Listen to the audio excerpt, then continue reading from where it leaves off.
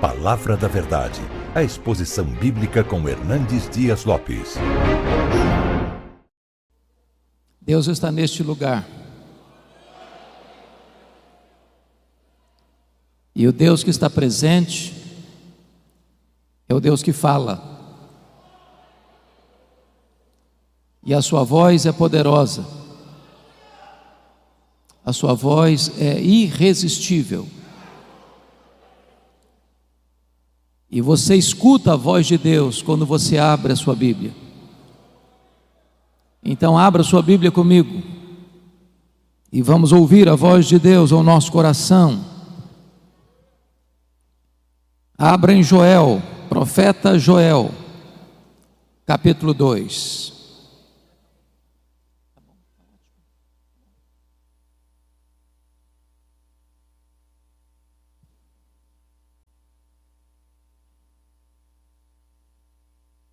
Profeta Joel, capítulo 2.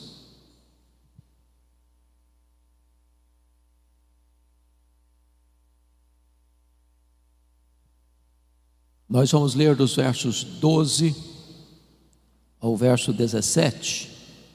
Joel, capítulo 2. Ainda assim, agora mesmo, diz o Senhor, convertei-vos a mim de todo o vosso coração, e isso com jejuns, com choro e com pranto. Rasgai o vosso coração e não as vossas vestes, e convertei-vos ao Senhor, vosso Deus, porque Ele é misericordioso e compassivo, e tardio em irar-se, e grande em benignidade, se arrepende do mal. Quem sabe se não se voltará e se arrependerá, e deixará após si uma bênção, uma oferta de manjares e libação para o Senhor nosso Deus. Tocai a trombeta em Sião, promulgai um santo jejum, proclamai uma assembleia solene, congregai o povo, santificai a congregação, ajuntai os anciãos, reuni os filhinhos e os que mamam. Saia o noivo da sua recâmara e a noiva do seu aposento. Chorem os sacerdotes, ministros do Senhor, entre o pórtico e o altar, e orem. Poupa o teu povo, ó Senhor, e não entregues a tua herança ao opróbrio, para que as nações façam escárnio dele, porque hão de dizer entre os povos: onde está o seu Deus? Ainda nesse mesmo capítulo, versos 28 e 29. E acontecerá depois que derramarei o meu espírito sobre toda a carne. Vossos filhos e vossas filhas profetizarão, vossos velhos sonharão, e vossos jovens terão visões. Até sobre os servos, sobre as servas, derramarei o meu espírito naqueles dias. Aleluia. Amém. Eu estou diante de uma assembleia majoritariamente de jovens.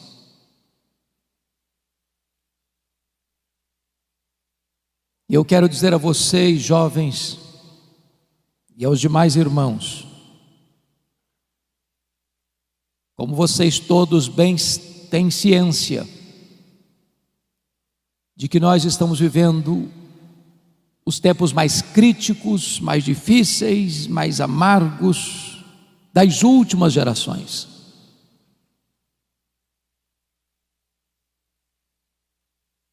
Nós estamos vivendo um tempo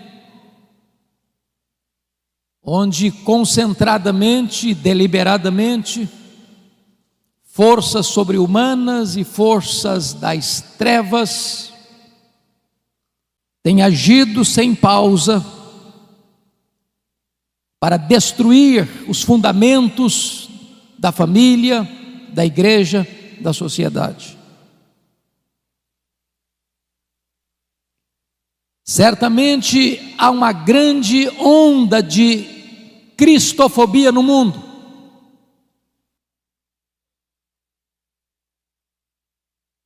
Em muitos lugares, enquanto estamos reunidos aqui, crentes estão sendo presos, torturados, mortos. Mas essa não é a perseguição mais perigosa, porque ao longo da história o sangue dos mártires tem sido a sementeira do Evangelho. A perseguição mais perigosa é a ideológica, é a filosófica, é aquela que vem de mansinho, se aninha, se instala e vai minando a fé cristã, vai destruindo os fundamentos. E esta onda que nós estamos vendo hoje, nas universidades, nos parlamentos, nas cortes, onde nações outrora protestantes evangélicas já estão se curvando, cedendo e se colocando de cócoras diante desse ataque tão sutil, mas tão frontal. Em tempos assim, não é possível uma igreja tímida, fraca, que se conforma com este século, resistir a esta onda. Portanto, a maior necessidade nossa, na nossa geração, irmãos, é de um poderoso avivamento espiritual. Talvez você olhe para o cenário, onde na Europa a igreja parece estar coberta de cinzas, onde você olha para a América e vê as denominações históricas rendidas ao liberalismo, onde você vê no Brasil denominações que já se renderam ao liberalismo e outras mergulharam-se no sincretismo, onde uma onda de ateísmo cresce no mundo, inclusive no Brasil. Você diz, diante dessa crise, desse cenário cinzento, como esperar um avivamento? Como crer num avivamento? E eu quero dizer a vocês que os grandes avivamentos da história nasceram do ventre da crise. A crise não é um impedimento para a ação de Deus. A crise muitas vezes é o caminho mediante o qual Deus se apresenta à sua igreja, porque quando o homem não tem saída para os seus problemas, Deus abre um caminho no deserto, Deus abre um caminho no meio do mar, Deus faz o seu caminho na tempestade.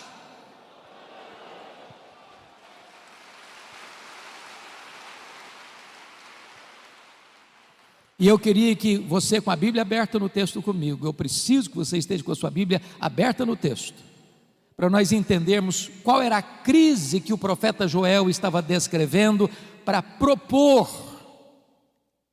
um avivamento ou uma volta profunda para Deus.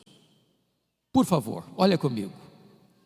No capítulo 1, versículo 4, para uma cultura daquela época agropastoril, ou seja, o povo só podia sobreviver da agricultura e da pecuária.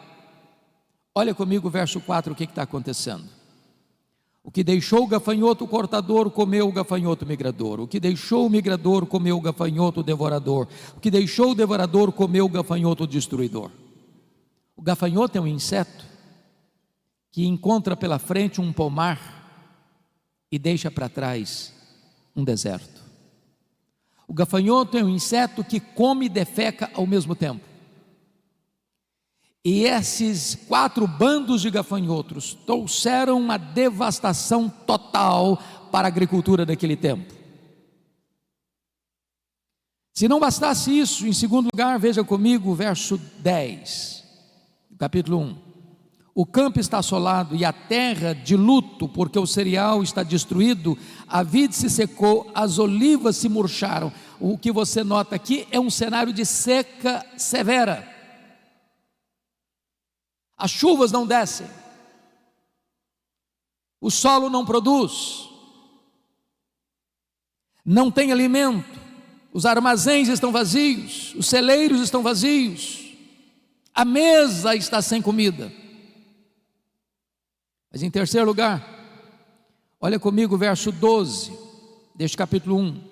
A vide se secou, a figueira se murchou, a romeira também e a palmeira, entenda-se aqui a tamareira, e a macieira, todas as árvores do campo se secaram, e já não há alegria entre os filhos dos homens. Se você percebeu, todas estas árvores descritas são frutíferas, a base da economia, a base da comida na mesa, a base da sustentação do povo. Estamos falando de uma crise de sobrevivência, não só de um ataque de insetos, mas de uma seca severa. Mas tem mais, olha comigo o versículo 17. A semente mirrou debaixo dos seus torrões, os celeiros foram assolados, os armazéns derribados, porque se perdeu o cereal. Em outras palavras, mesmo diante da seca e do ataque de insetos, o povo ainda pegou as suas poucas sementes que tinham e apostou na esperança e plantou na esperança de que aquela semente pudesse ser regada por uma chuva e pudessem ter colheitas. Mas até esta semente morreu mirrada no ventre da terra. Mas tem mais. Como é que fica diante disso a pecuária? Olha o verso 18. Como geme o gado, as manadas de bois estão sobremodo inquietas, porque não tem pasto, também os rebanhos de ovelhas estão perecendo. Em outras palavras, agora não só não tem fruto, como não tem gado, como não tem carne, como não tem leite, como não tem manteiga, como não tem provisão, como não tem comida. A nação está assolada por uma crise financeira sem precedentes.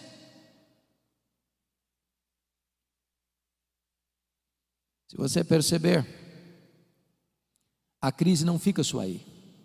Quando chega no capítulo 2, o profeta faz a descrição de uma invasão militar. Muito provavelmente ele está descrevendo aqueles dias vividos pelo rei Ezequias, quando o reino do norte, cuja capital era Samaria, caiu no poder da Síria. E agora este mesmo poderoso exército que derrotou as 10 tribos do norte, cerca Jerusalém. Um poder irresistível. E a descrição que ele faz no capítulo 2 é de que o povo está completamente cercado, entrincheirado, encurralado e não tem condições de oferecer resistência a este poderoso exército que está cercando a cidade. Este é o cenário. Crise política, econômica. Se você perceber comigo no capítulo 1, versículo 9, a igreja está sofrendo as consequências. Cortada está da casa do Senhor a oferta de manjares e a libação, e os sacerdotes, ministros do Senhor, estão enlutados. Então tem crise na igreja, tem crise no Estado, tem crise na economia, tem crise na política, tem crise social, tem crise para todo lado. O que fazer numa hora dessa? É aí que entra o capítulo 2, versículo 12, que nós lemos. Ainda assim, agora mesmo, diz o Senhor, convertei-vos a mim. O Brasil está em crise, o mundo está em crise, os homens estão desesperados. Mas quando na crise o povo de Deus se volta para Deus, nasce o sol da esperança, nasce a cura, nasce a restauração. E eu gostaria que você olhasse comigo nesta noite quais são esses aspectos dessa volta para Deus, a natureza dessa volta para Deus. Primeiro, é uma volta para uma relação pessoal com Deus. Olha o verso 12: convertei-vos a mim. Não se trata de uma relação institucional, não se trata apenas de você ser membro de Canaã ou de qualquer outra comunidade cristã evangélica de Fortaleza. Se trata sim de uma relação pessoal de você com Deus, de você se voltar para Deus, de você conhecer a intimidade de Deus, de você saber quem é Deus na sua vida, na sua história, é de você se render por completo ao Deus vivo e todo-poderoso, que pode pegar você hoje e levantar você, e revestir você de forças, e avivar o seu coração.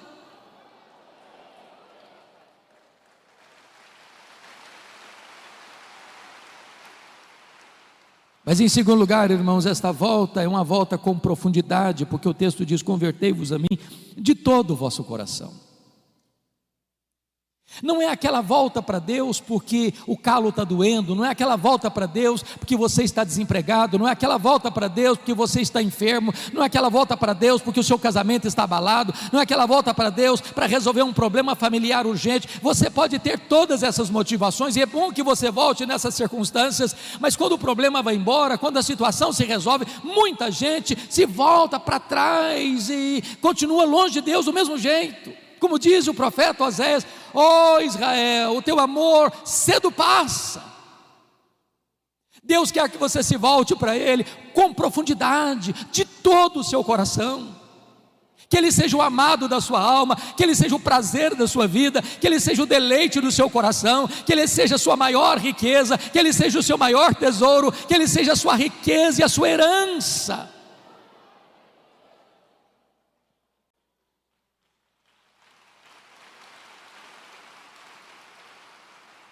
Mas em terceiro lugar, essa volta para Deus é uma volta com diligência, porque o versículo 12 diz: convertei-vos a mim de todo o vosso coração, e isso com jejuns. Parece-nos que este é um exercício espiritual, uma disciplina espiritual desprezada nos nossos dias. O que é jejum?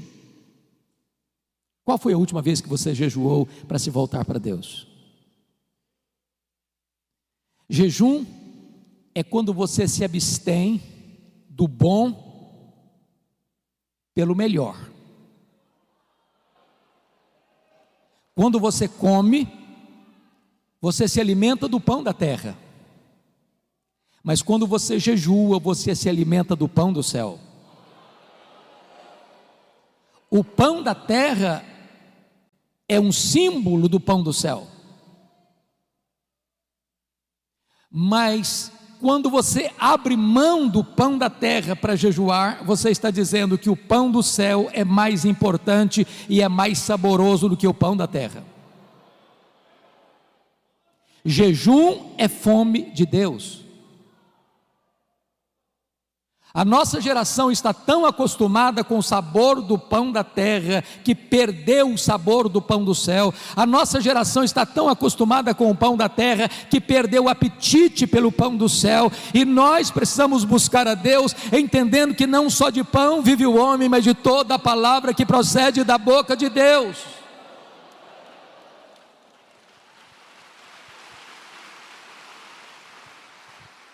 O apóstolo Paulo, escrevendo aos Coríntios, disse: portanto, quer comais, quer bebais, quer façais qualquer outra coisa, fazei tudo para a glória de Deus. Nós comemos para a glória de Deus e nós jejuamos para a glória de Deus.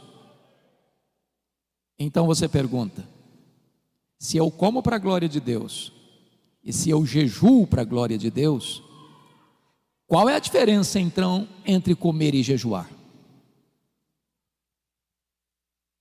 É que quando você come para a glória de Deus, você se alimenta do símbolo do pão do céu. Mas quando você jejua para a glória de Deus, você se alimenta do próprio pão do céu. Irmãos, nós precisamos nos voltar para Deus, desejando mais a Deus do que as bênçãos de Deus. Mais a presença de Jesus, como cantamos, do que dinheiro, do que sucesso, do que prazeres. Mas em quarto lugar, irmãos, essa volta para Deus, confiram comigo, esta volta para Deus precisa ser uma volta com quebrantamento, porque o verso 12 ainda diz: convertei-vos a mim com choro e com pranto.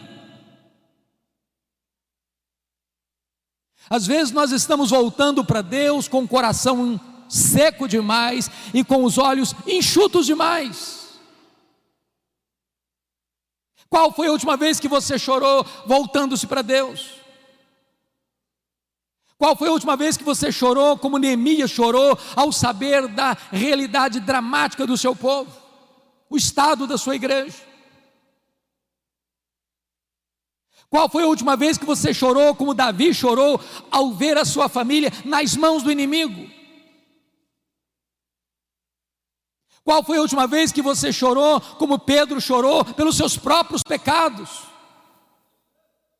Qual foi a última vez que você chorou ao olhar para Jerusalém de hoje, olhar para a igreja de hoje, como Jesus chorou à entrada da porta de Jerusalém? Jerusalém, Jerusalém, quantas vezes quis eu agasalhar-te debaixo das minhas asas e tu não o quiseste. É hora de chorar, irmãos. Chorar pelos nossos pecados, chorar pelo estado da nossa nação, chorar pelos nossos governantes, chorar pela nossa cidade, chorar pela igreja.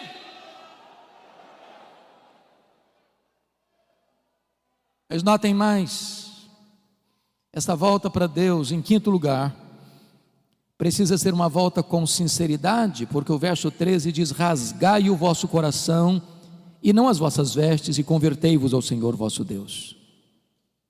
O que significa isso? Esta cerimônia de rasgar as vestes acontecia quando alguém ficava muito chocado, atônito com a situação de escândalo, de vergonha, de pecado, de opróbrio. Então, quando as pessoas viam alguma coisa muito triste, muito dolorosa, muito escandalosa, e elas ficavam com um senso de vergonha diante daquela realidade, eles rasgavam as roupas. Mas de repente, a cerimônia ou o fato de rasgar as roupas foi se tornando um hábito, um costume, e virou um emblema de uma espiritualidade hipócrita, mentirosa, uma espiritualidade cênica, um teatro espiritual. E sabe, irmãos, não tem nada mais perigoso do que o nosso coração enganoso. De repente nós começamos a fingir uma espiritualidade que não temos. De repente nós temos uma espiritualidade de palco, de performance, de teatro, onde nós passamos uma ideia de que somos cheios do Espírito Santo quando estamos secos. De repente nós passamos uma espiritualidade de gente de Deus, de cheio do Espírito Santo, de oração e de piedade, que isso não acontece mais. Muitas vezes nós somos como Moisés, que desceu do monte Sinai, o rosto dele brilhava, e diz a Bíblia que as pessoas não podiam se aproximar dele por causa da glória de Deus, do brilho do rosto dele. E então o que Moisés fez? Ele pôs um véu no rosto, para que as pessoas pudessem se aproximar.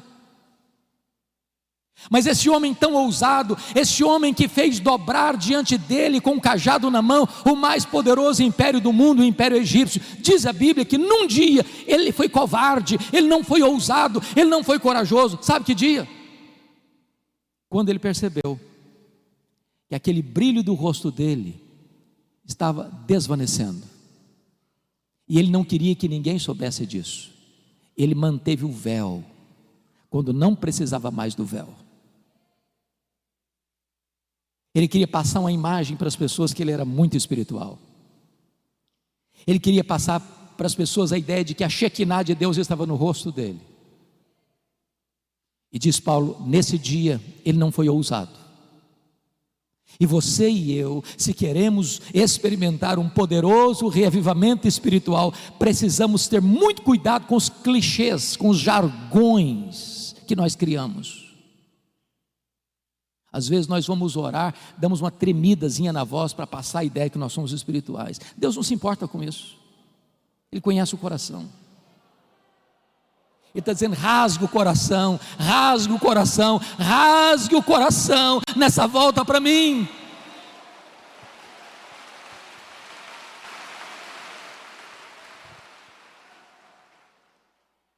Mas notem comigo, irmãos, segundo ponto que eu quero dizer para você, não só a natureza desta volta, mas a urgência dessa volta. Olha no começo do verso 12, quando ele diz: ainda assim agora mesmo.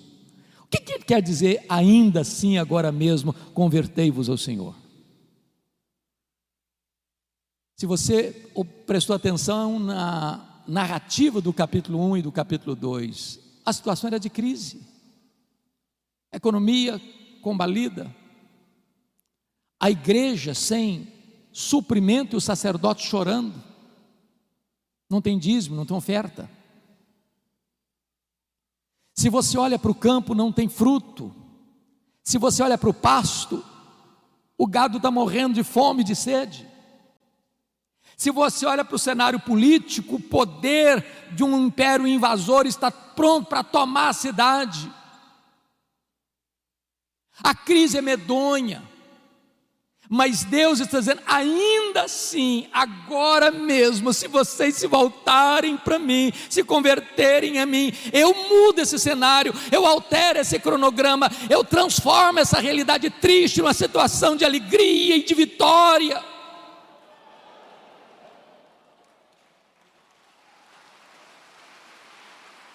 Os destinos de uma nação, irmãos, não estão nas mãos dos governantes. Não é de Brasília que procede a restauração da nação, é do coração da igreja de Jesus Cristo.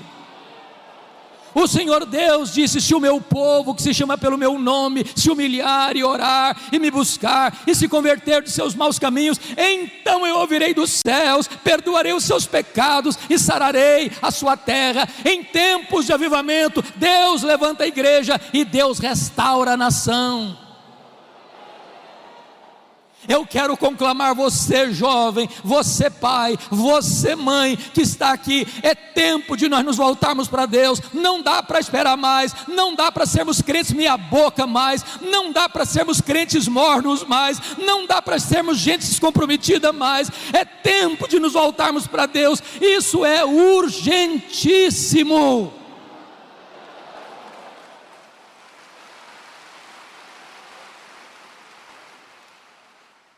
Mas em terceiro lugar, depois que você examina a natureza da volta e a urgência da volta, o profeta Joel vai nos dar um motivo para essa volta para Deus. Confira comigo o verso 13. Convertei-vos ao Senhor vosso Deus. Por quê? Olha a razão. Por quê? Porque Ele é misericordioso e tardio em irar-se, e grande em benignidade, e se arrepende do mal. Quantas vezes você e eu já choramos pelo nosso pecado? Quantas vezes vocês e eu já dissemos: Senhor, tem misericórdia de mim? Porque se Deus observar os nossos pecados, nós vamos perecer. Talvez você pergunte: mas como assim, pastor? Pecando? Presbíteros, líderes? Deixa eu dizer uma coisa a você. Se você não está vendo os seus pecados, é porque você está longe da luz.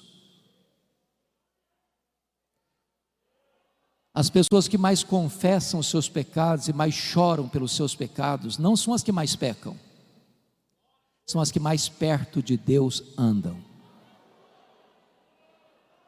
Porque quando nós estamos na presença daquele que é santo, santo, santo, até os serafins cobrem o rosto.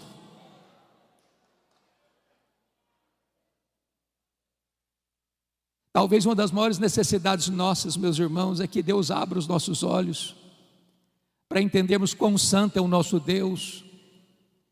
E este Deus é o Deus que é compassivo e benigno, Ele habita lá no alto e sublime trono, mas Ele habita com abatido e contrito de coração. E se você se voltar para Ele, Ele se volta para você. Se você correr para Ele, Ele vai abraçar você, Ele vai tirar suas vestes sujas, Ele vai restaurar a sua vida, Ele vai fazer uma festa com a sua volta, e você vai ter uma alegria tão gloriosa e bendita da comunhão com Ele. Então você e eu não temos que fugir de Deus, nós temos que correr para Deus. Se você, jovem, está pecando contra o seu Deus, se você caiu, se você desobedeceu, se você está longe de Deus, não fuja de Deus, fuja para Deus. Ele é o abrigo, Ele é o perdoador, Ele é o restaurador, Ele cura, Ele liberta, Ele salva, Ele levanta, Ele enche com o Espírito Santo, Ele usa a sua vida para a glória do seu nome. É a misericórdia dEle que nesta noite deve nos levar de volta para os seus braços.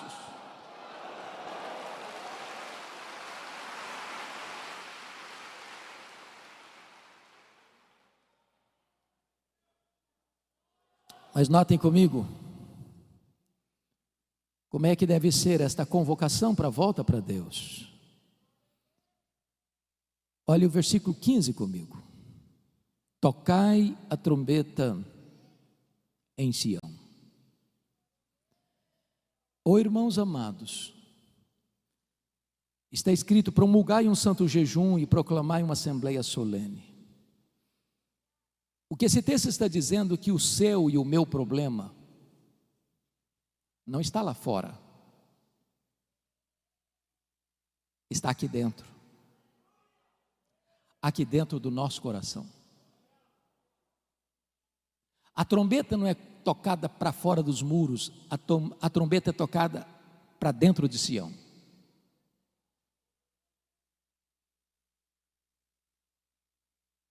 Somos nós que temos que fazer um concerto com Deus. Somos nós que temos que nos voltar para Deus. O mundo lá fora não conhece a Deus.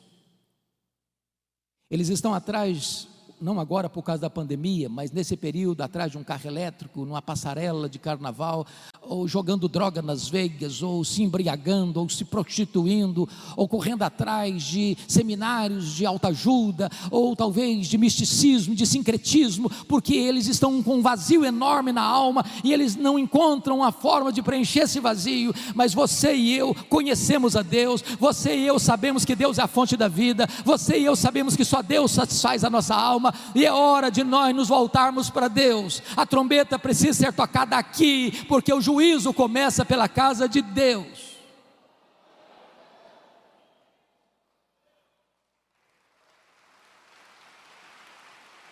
O nosso maior problema não vem de fora, mas vem do nosso próprio coração. E é curioso, meus amados, que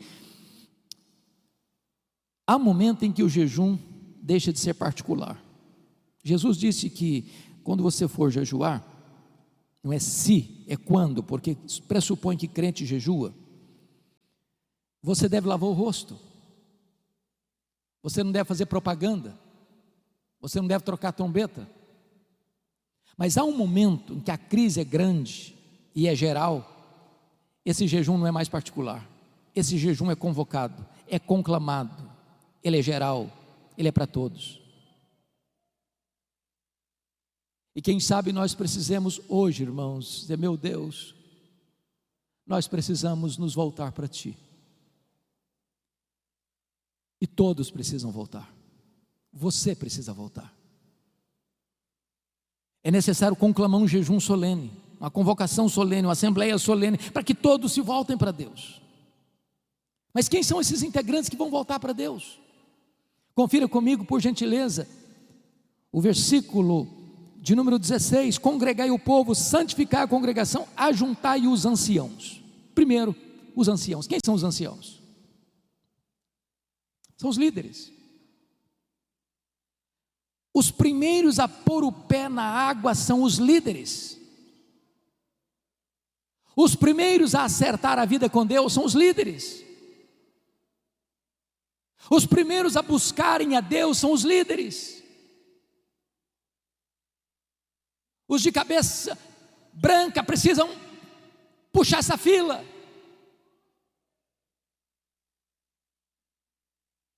E eu estou certo de que a liderança desta igreja está incomodada, está desafiada, está desejosa de conclamar esta congregação a se voltar para Deus. E esta liderança está botando o pé na frente: estamos aqui, venham conosco.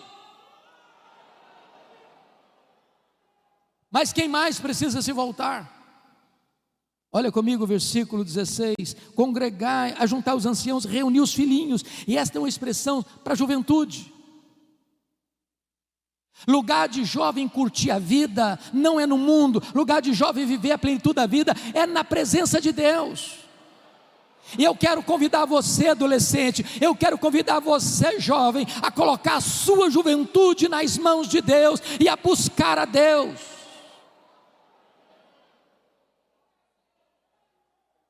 Eu ontem compartilhei com o pastor Gessé da minha alegria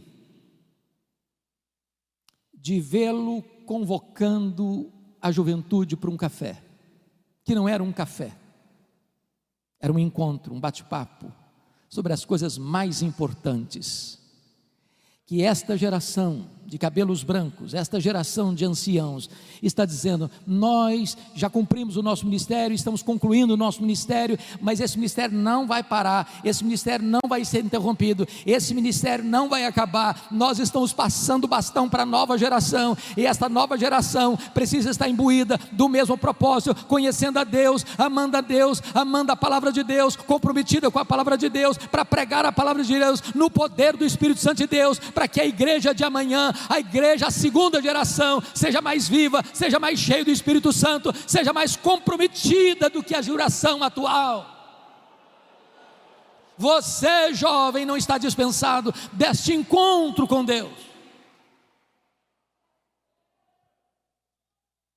Se você olhar para a história da igreja, talvez os dois maiores avivamentos depois da reforma do século XVI aconteceram sob a liderança de jovens. O avivamento da Inglaterra do século XVIII começa com estudantes da Universidade de Oxford. Avivamento que levanta a igreja das cinzas e que restaura a nação de uma crise medonha. No começo do século XX, no país de Gales, um país marcado pela jogatina e pela prostituição, o avivamento começa com um adolescente, Evan Roberts. E durante 6 meses, 100.000 pessoas salvas, a nação impactada, os estádios de futebol ficaram vazios e as igrejas lotadas, e Deus restaurou aquela nação. Então eu quero conclamar você, adolescente, eu quero conclamar você, jovem, para você se voltar para Deus e experimentar um poderoso avivamento em seu coração nesses dias. Mas quem mais deve se voltar? Confira comigo o versículo 16: também reuni os que mamam. Eu tenho visto muita gente: não, criancinha não pode ir para a igreja, é muito melindroso, é muito pequenininho, é muito sensível, é muito vulnerável. Na nossa geração, traziam-nos para a igreja, quase que logo depois do parto. Estamos vivos até hoje. Igreja é lugar de criança.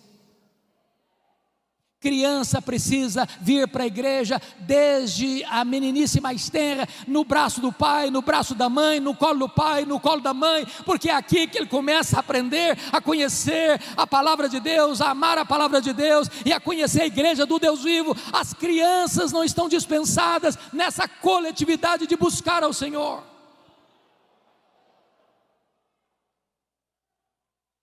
Mas preste atenção.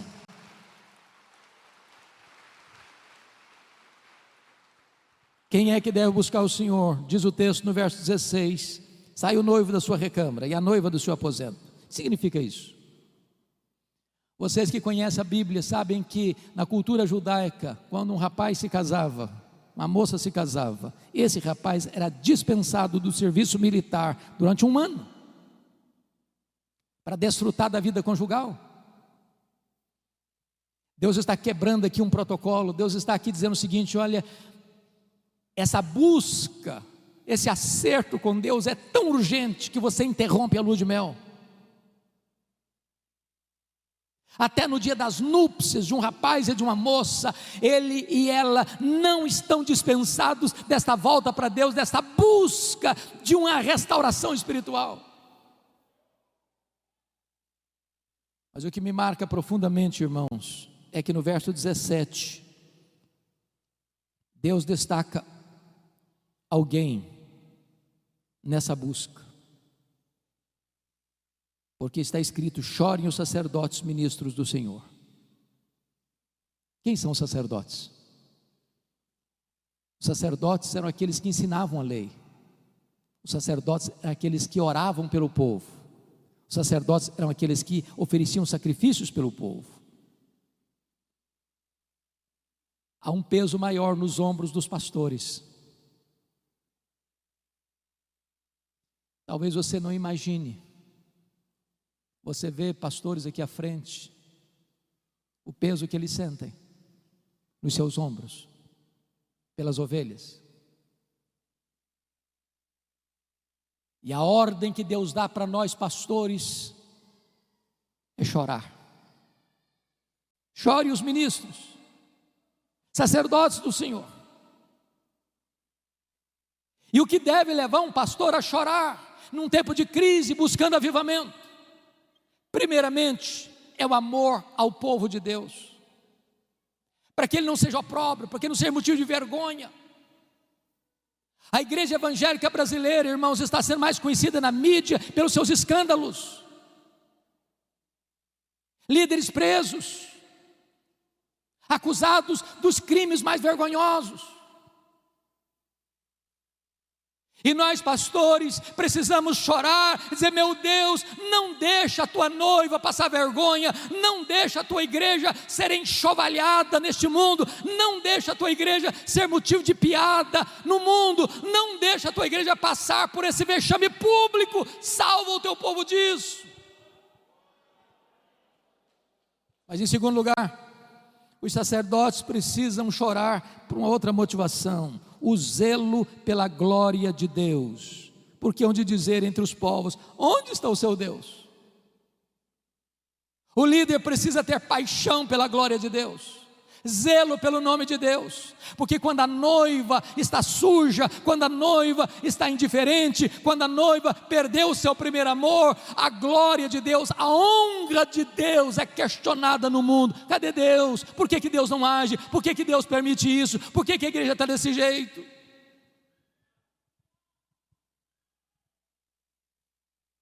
Mas notem comigo, irmãos, que quando o povo atende à conclamação de Deus, um milagre extraordinário começa a acontecer. E a primeira coisa, confira comigo o verso 18, porque tem uma palavra aí que é a dobradiça do texto, é o elo de ligação do texto. Então, o Senhor se mostrou zeloso da sua terra e compadeceu-se do seu povo. Irmãos, nós aguardamos esse tempo de avivamento. Sabe o que vai acontecer? Deus reverte tudo aquilo que estava descrito de crise no capítulo 1. Se não, vejamos. Primeiro, olha o versículo 19 comigo. E respondendo lhe disse: eis que vos envio o cereal e o vinho e o óleo, e dele sereis fartos, e vos não entregarei mais ao opróbrio entre as nações. A economia é recuperada. Quem restaura a economia é o próprio Deus. Segundo lugar, olha comigo o versículo 20. Diante do cerco do inimigo, olha o que vai acontecer: mas o exército que vem do norte eu removerei para longe de vós, lançá-lo-ei em uma terra seca e deserta. O inimigo que está entrando, invadindo, ameaçando, Deus o dispersa, Deus dá livramento. Terceiro, numa época de chuva, de seca, olha o resultado no verso 23. Alegrai-vos, pois, filhos de Sião, regozijai-vos no Senhor vosso Deus, porque Ele vos dará em justa medida a chuva, fará descer como outrora a chuva temporã e a serôdia. Agora não tem mais seca, tem chuva. Quarto lugar, diante do ataque dos gafanhotos. Olha o resultado no verso 25: restituir-vos-ei os anos que foram consumidos pelo gafanhoto migrador, pelo destruidor, pelo cortador, o meu grande exército que enviei contra vós outros. Agora preste atenção. Quem mandou os gafanhotos? Não foi o diabo? Eles não vieram de moto próprio? O próprio Deus mandou os 4 grupos de gafanhotos, como disciplina ao seu povo, para que o seu povo se voltasse para Ele. Irmãos amados, Deus está tocando trombetas aos nossos ouvidos. A crise mundial é uma voz altissonante de Deus à sua igreja: meu povo, volte-se para mim, volte-se para mim, volte-se para mim. Que quem tem poder de reverter essa crise sou eu. Quem tem poder de suspender essa crise sou eu. Quem tem poder de levantar a igreja e restaurar as nações sou eu.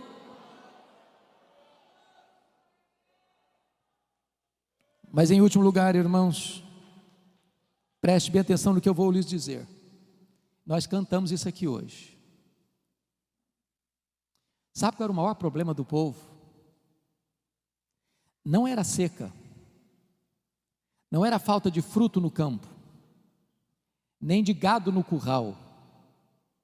O maior problema do povo nem mesmo era um exército inimigo tentando atacar.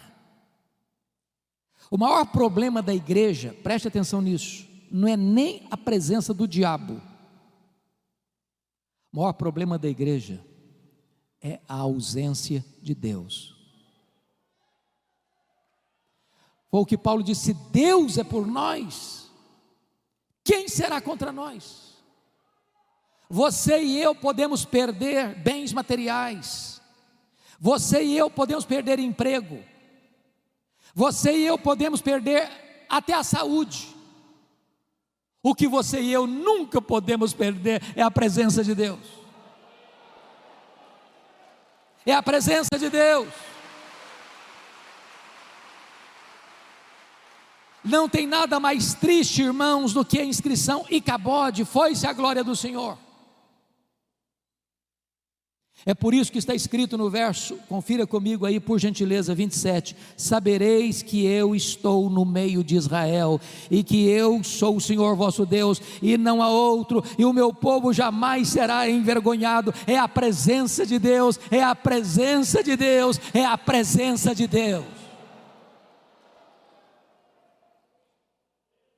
Eu quero concluir, levando você agora para os versos 28 e 29, porque está escrito assim: e acontecerá depois, preste atenção, não antes, e acontecerá depois.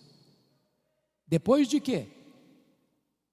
Depois que o povo de Deus se volta para Deus de todo o coração, com jejuns, com choro, com pranto, rasgando o coração e não as vestes.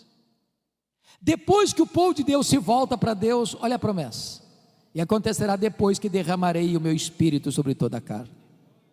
Vossos filhos e vossas filhas profetizarão, vossos velhos sonharão, vossos jovens terão visões, e até sobre os servos e sobre as servas derramarei o meu espírito naqueles dias. Sabe o que aconteceu, irmãos? Essa promessa de Joel, mais de 600 anos depois, se cumpre no dia de Pentecostes. E quando Pedro se levanta, porque o povo está perguntando o que quer isso dizer, atônito, uns achando com preconceito são galileus, outros com desprezo, estão bêbados. Pedro se levanta e diz assim: não, eles não estão bêbados. O que está acontecendo aqui é o que disse o profeta Joel: e acontecerá depois que derramarei do meu espírito sobre toda a carne. E esta promessa não é apenas para nós, não é apenas para vós, é para os vossos filhos, é para aqueles que estão ainda longe, é para quantos o Senhor nosso Deus chamar. Significa o seguinte: essa promessa de Joel é para a igreja evangélica, Assembleia de Deus, Ministério Canaã. Esta promessa é para você que está aqui hoje, nesta noite. Esta promessa é para você que está acompanhando este culto pela internet. Esta promessa é para a igreja evangélica brasileira. Esta promessa é para os nossos dias.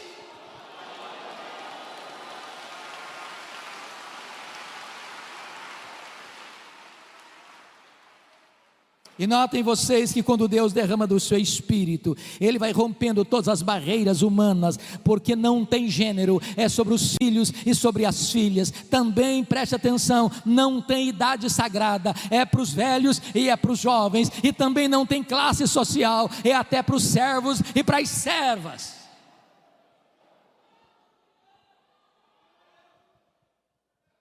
E diz o texto, duas coisas eu destaco para fechar: vossos filhos e vossas filhas profetizarão. Ô pastor, como é bom ter a perspectiva de ver jovens se levantando para pregar. Deixa eu lhes dar um pequeno testemunho. Quando eu nasci, minha mãe me consagrou para Deus, para ser pastor, porque ela tinha que fazer uma escolha entre a vida dela e a minha. O médico disse: não dá para salvar os dois, tem que fazer uma escolha. E a minha mãe disse: eu não abro mão desse filho, estou pronto a morrer por ele, a dar minha vida para ele, mas eu não desisto dele. E a minha mãe fez um voto para Deus e disse: se esse filho sobreviver, eu quero que ele seja um pastor, eu o consagro para ser um ministro do Evangelho. Deus ouviu a oração da minha mãe e eu nasci. Mas a minha mãe sábia que foi, nunca me contou esse projeto dela com Deus, porque ela não queria que eu fosse sugestionado para um seminário. Ela queria que Deus me chamasse. E o meu sonho de criança, de adolescência e de juventude era ser advogado e político. Eu não abria mão de assistir todos os comícios da minha cidade. No dia que eu fiz 18 anos, eu tirei meu título, me filiei num partido e tinha sonhos. E um dia eu estou conversando com um homem de Deus e disse para ele: depois que eu realizar os meus sonhos, que eu for um homem bem sucedido profissionalmente, eu vou entrar num seminário, fazer teologia e me preparar para servir a Deus melhor.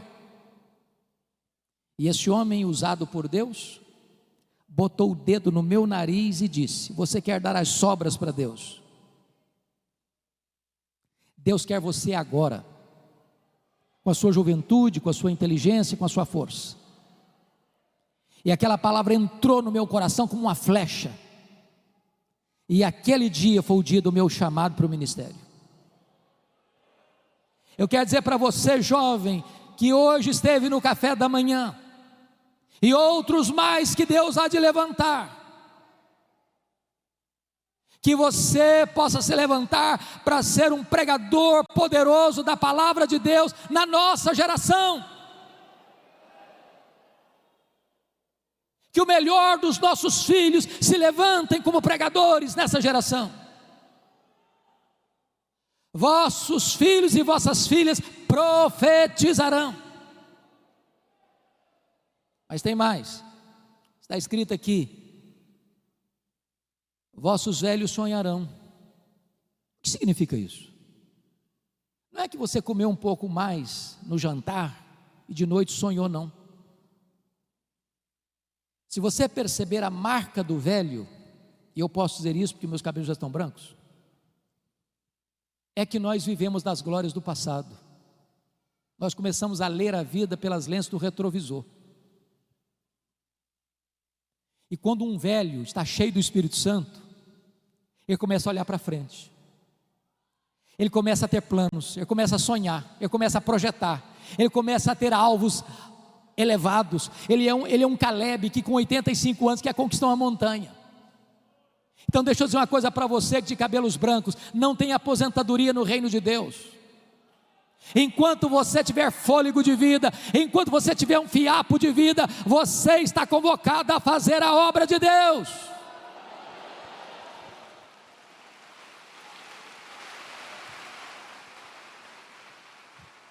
Não é hora de você vestir um pijama, não é hora de você ficar numa cadeira de balanço, é hora de você se levantar e usar a sua sabedoria, e usar o seu conhecimento, e usar a sua experiência, e usar as forças que Deus vai lhe dar, para ser uma bênção nas mãos de Deus.